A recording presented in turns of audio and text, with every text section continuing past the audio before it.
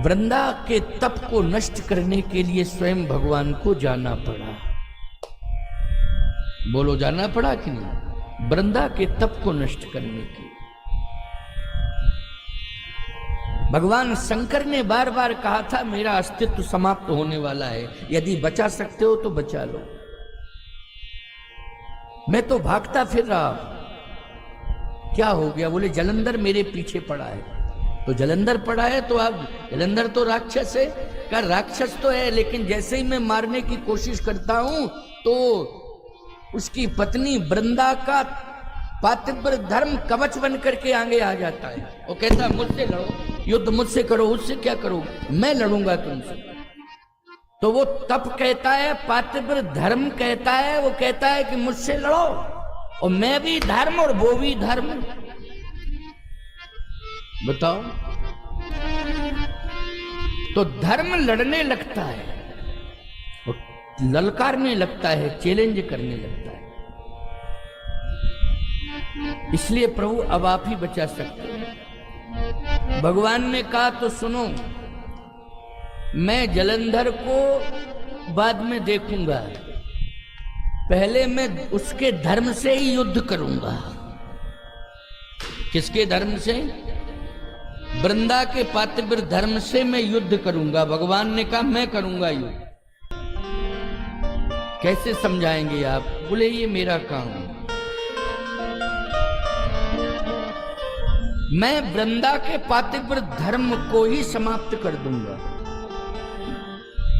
और जब पातिव्र धर्म समाप्त हो जाएगा तो फिर जलंधर किसी का कुछ नहीं बिगाड़ पाएगा। बोलो, बिगाड़ पाएगा क्या?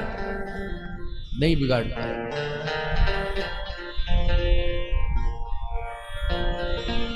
याद रखना, जलंधर ने अन्याय अत्याचार करके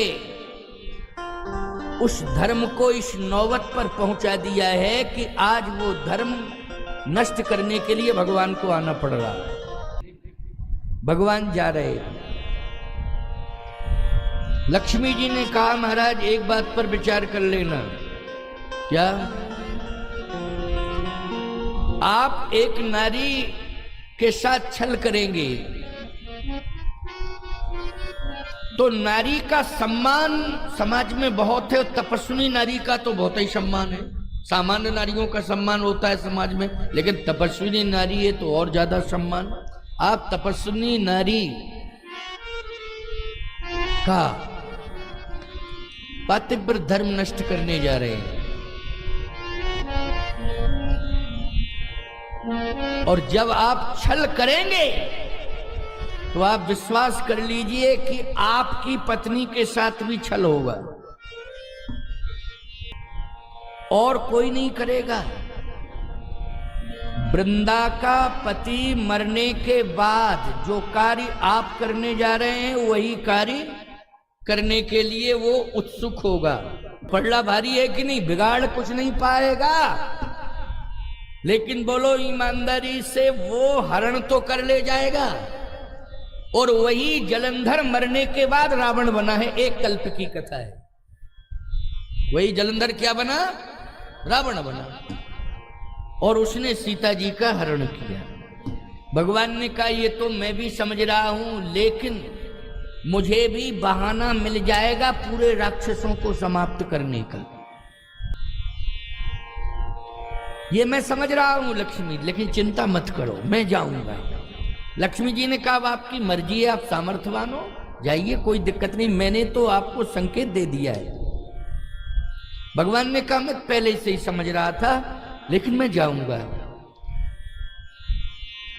जब वो प्रश्न करेगी वृंदा तो आपके पास उत्तर है, क्योंकि आप धर्म की रक्षा करते हैं कि धर्म को नष्ट करते हैं। भगवान ने कहा कि मैं उत्तर दे दूंगा, मैं उत्तर दे दूंगा, तुम चिंता मत करो। ने वृंदा के पातिव्र धर्म को जैसे ही नष्ट किया, उसे पता चला तो एकदम क्रोध में आ गया, और क्रोध में आकर के कहती है कि मैं तुम्हें श्राप देती हूं, तुम पत्थर हो जाओ। पतिव्रता का श्राप। भगवान हंसने लगे। वृंदा ने कहा कि श्राप दे रही हूं, हंस क्यों रहे हो? कि चलो तूने अच्छा किया, एक नया अवतार और हो जाएगा मेरा। बोलिए शालिग्राम भगवान की जय। चलो अच्छा किया तूने। ऐसा है, तपस्वियों की वाणी व्यर्थ नहीं जाती है, उनका श्राप भी वरदान बन जाता है। बोलो बन जाता है, श्राप क्या बन जाता है? वरदान बन जाता है। बहुत अच्छा किया तूने, लेकिन अपमान की चिंता नहीं है, बदनामी की चिंता नहीं है। भगवान ने कहा और अवतारों में कम सम्मान मिलेगा, लेकिन शालिग्राम अवतार में बहुत ही सम्मान मिलेगा।